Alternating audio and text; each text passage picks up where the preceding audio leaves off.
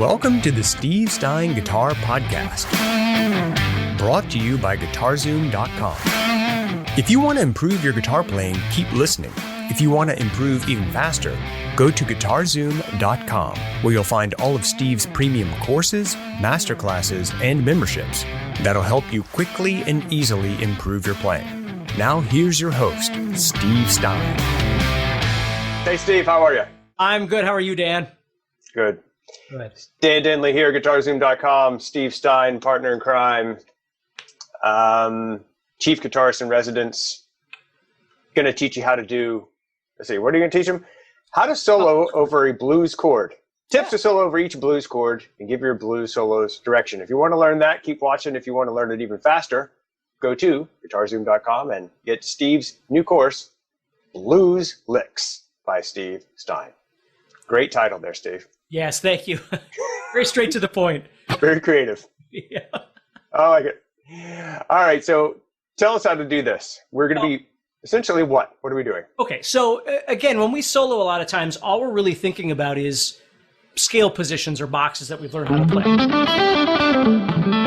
And we move around, and what happens is oftentimes the solos don't really have much direction. So a really good thing to learn how to do is to start visualizing and thinking about the notes that actually make up each chord and try and emphasize those notes. So let's say, for instance, you were playing an A7, A dominant 7 chord, which is comprised of a root, major third, fifth, dominant 7th or minor 7th, and then the root, and then, of course, the octave of those. So if you watch this,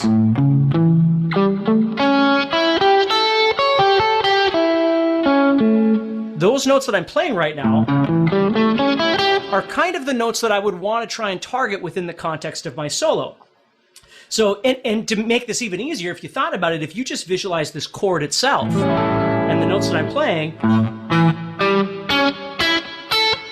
just if you didn't even know anything about your theory and you were just looking at this, you could just visualize that chord shape and try and emphasize some of those notes. Now, what does emphasize mean? That means when you're playing, you try and target something that has to do with that chord itself.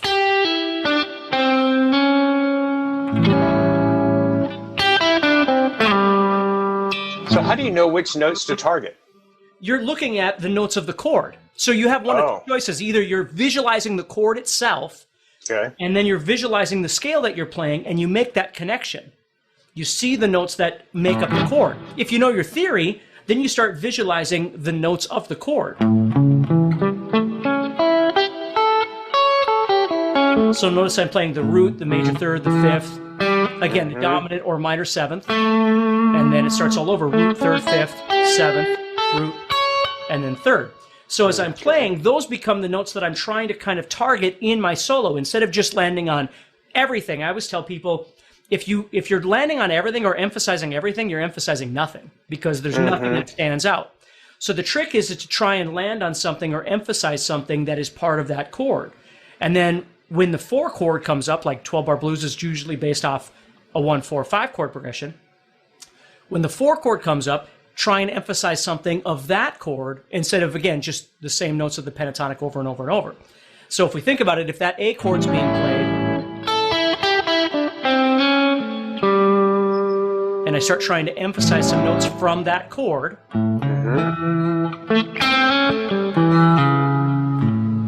and then the D chord comes up, we'll play D7 here.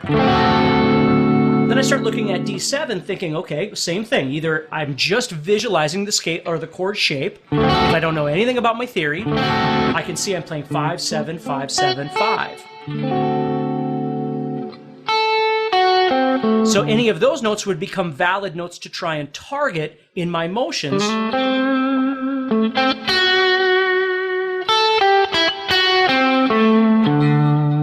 While that chord is being played. Right. So if I put the two together, if you think about it, if A was being played, and just kind of imagine that in your head, because I'll show you what I mean here. You'll be able to hear it in my playing.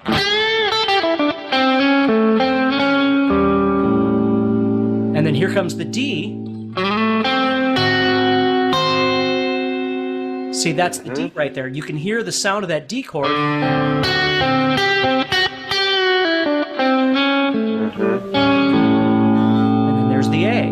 So instead of just landing on anything at any time, I start thinking, okay, here comes A, so what's a note that I want to try and target? Okay, here comes the D. What's another note that I'd want to try and target? And it could be just as subtle as that. If you think about it, when I'm playing this A7, it's got this note right here in there, which is the C sharp. And when I go to the D, it's got the C. So that becomes a really pivotal note right there, that over the A chord, if I emphasize that C sharp sound, and then when the D comes up, I might play pentatonic, but I go to the note C, and it's going to sound really cool over that chord. Okay.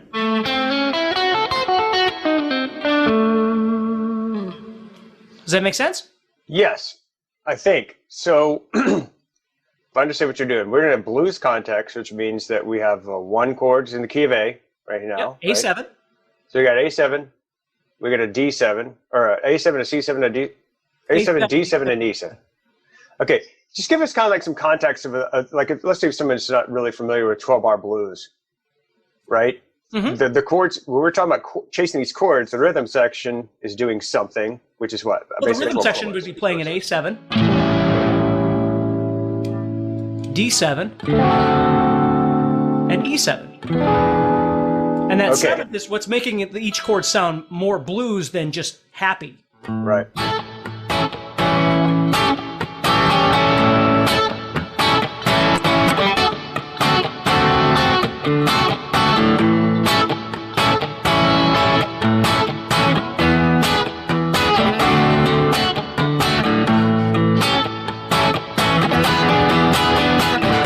So if you think about that playing, and and again, I can use my licks, all those sorts of things, but what I'm trying to do is give my movements direction. So instead of just going,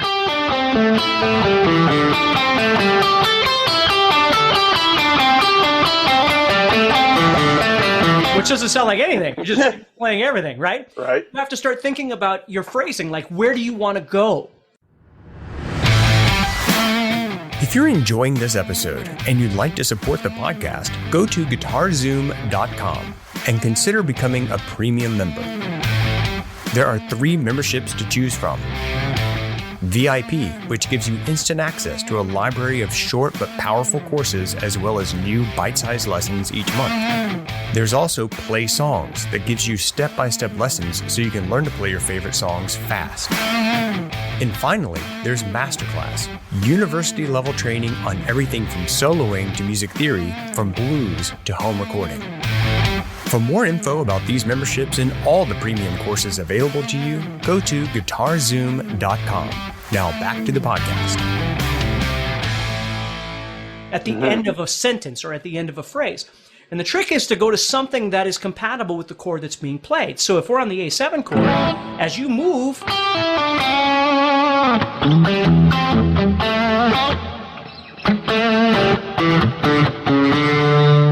there, I'm hearing D in my head. So then I'm thinking about going to something where I hear A again. Here comes that E chord, so now I got to think about something to do over the E. D. Here's my A. So I'm kind of outlining each chord as they come across. And the thing about this is, it takes a little while to get used to, but you have to understand that you're either coming from a place of music theory knowledge, where you know your music theory, or you're not. And either way, you can make this work. If you know your music theory, you start thinking about, well, what are the notes of the chords that I'm playing? Well, it'd be root, 3rd, 5th, and 7th, right? And if you know your theory, you know that really it's the major 3rd and the 7th that are really crucial to the sound of that chord, because the major 3rd makes it sound major and not minor. And the minor 7th, or dominant 7th, if you will, is the one that makes it sound bluesy. If I played major 7th, it'd sound like jazz, right? If you don't know anything about that kind of stuff, it's no big deal. You can just visualize. I shouldn't say it's no big deal. Obviously, at some point, you might want to learn that, but you don't have to use that to do what I'm talking about right now. You can simply visualize your chord shapes in a position on the guitar. I can see A7 sitting here. I can see D7. And I can see E7. And what I have to learn to do is kind of see these in 3D form. On the bottom, I see the pentatonic scale or the blues scale or whatever it is I'm visualizing. And then kind of hovering over the top are the notes of the chord that's being played. And so I look at these two at the same time, kind of in 3D form. I look at them both at the same time and go, well, what, like the notes of this highlight on the scale below. And I visualize those two and think, okay, so that gives me an idea of the notes that I want to try and emphasize with my movements, my licks, all that kind of stuff. The notes of the chord is what you're emphasizing.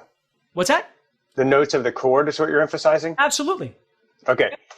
Where I'm kind of fuzzy is, okay, I get it on the A7, right? Mm-hmm. You're thinking A7 notes, and then when you say you're bringing these two kind of planes together, you're also visualizing the A minor pentatonic? Yeah. With that A7? Yeah, for sure. Okay, and then when you move to the... Oh, go ahead. Or when you move to the D7, you're thinking the notes of the D7, but what scale are you thinking about? A minor pentatonic. We go other places, but this conversation isn't about that. So I'm just visualizing A minor pentatonic, so I'm just seeing this. But I'm visualizing this chord. And of course, as you visualize that chord, you're going to notice that there are some notes that stick out. Like when I play this D7 chord, you're going to notice that this note right here where my pinky is the 7th fret of the 2nd string. Well, that doesn't exist in the A minor pentatonic. So that note becomes really, really important to emphasize over the D. Now I get it. The misconception is people see that and go, oh, okay, so I can play that note all the time over everything. I suppose you can, but where it's going to make the biggest difference is over that D chord, because you're going to be able to make a connection to that particular chord, the D7 chord, that you couldn't do over the A chord. And only when that D7 is being played is it appropriate to play that. I mean, again, you could play it anytime you want, but it's going to sound really cool. Like if I was playing over the A and I'm doing this, and here comes D, and I go, see, that note all of a sudden carries a lot of weight and a lot of color because it's different at that time. If I'd been playing it the whole time, again, if you play everything, nothing has value, right? Mm-hmm. If you're playing all the notes, nothing stands out. So if I kind of think about, well, what are some notes that I want to try and save for certain times in my solo, that's a really good way of approaching that. Mm-hmm. Well, again, not all the notes are unusual or different. I mean, some of the notes are just straight out of the pentatonic, and they still sound great. But it's those little hidden gems that you find, like when I do A7, you'll notice that this note right here, which is the major third, isn't part of the pentatonic. Yep. So I add it in, and it sounds really bluesy. And if I do that over the A chord, it's going to sound really cool. Well, here comes the D, so then I start thinking about like that note right there that we just talked about. So I'm here right now, and I know the D chord is coming, so I go. But over this D, it's going to sound super cool. Perfect. And then the E chord, all I really have to do is think about everything I'm doing over D and move it up a whole step to E. Okay, and again, either you're just visualizing the chord, okay, or you know your theory, and you can see all your notes. Again, either way is perfectly fine. But a really easy way to approach this is just think kind of a parallel idea. Like when it goes to E, maybe when I was on D, I was kind of emphasizing these two notes because they're part of that chord. So when I go to E, a really easy thing to do is just move up and emphasize those, and then D, and then A. And That's so cool. You can hear the outline of those chords as I play. I love it, dude. Yeah, it's neat. And you call that chord chasing? Yeah, chord chasing. Yeah. There's a lot of players that play like that kind of predominantly, I would think, right? Because you don't really have to be a theory nerd and know all your scales. You just kind of follow the outline of the chord. That's the thing is some people view their fretboard from a theoretical standpoint of arpeggios. Like there's a lot of players that just view a lot, well, I shouldn't say just, but they view theory and arpeggios across their fretboard. And then there's other players that just kind of view the chord shapes that they're playing and then play off of those chord shapes. And where I first started learning this was back in the days of like Southern rock, where they wouldn't just play in one key. Like they'd be visualizing a chord.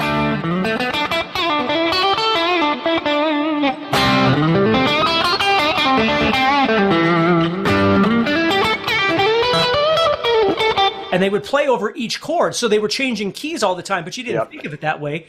That's where I first started kind of learning about this, was from a visual perspective, long before I knew my theory and things like that. Super cool. Yeah. Very cool, dude. So guys, look, if you enjoyed this video, if you like this idea of chord chasing, specifically with blues, Steve's going to teach you all about that in his new course, Blues Licks. You can learn all about that at GuitarZoom.com and just search Blues Licks. It's there for you. I should also mention we have a couple other resources for you that you might want to consider, since we did talk about theory. One of the best selling courses we've ever produced was Ultimate Fretboard Connection. Is that right? Ultimate Fretboard Connection? Yep. Yeah. Ultimate Fretboard Connection. Super popular, tons of reviews. People love it. It's basically understanding how the diatonic and pentatonic scales relate and how the whole fretboard fits together and how everything connects. That's Ultimate Fretboard Connection. Also, Steve, I was thinking about your Music Theory Masterclass, which is a big course for people that are serious about really learning theory from the ground up. That's a great resource for you also at GuitarZoom.com. The Blues Licks course is available either now or will be very soon.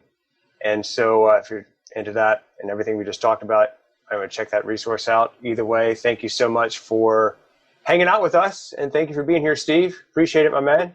Yeah. Hope you guys got value out of it. Please share it, like it. See you soon. See ya. Bye. Next time on the Steve Stein Guitar Podcast, these two pitches ringing out at the same time. And then what I'm going to do is I'm going to pick that second string again, and I'm going to bring it back down so it sounds like this.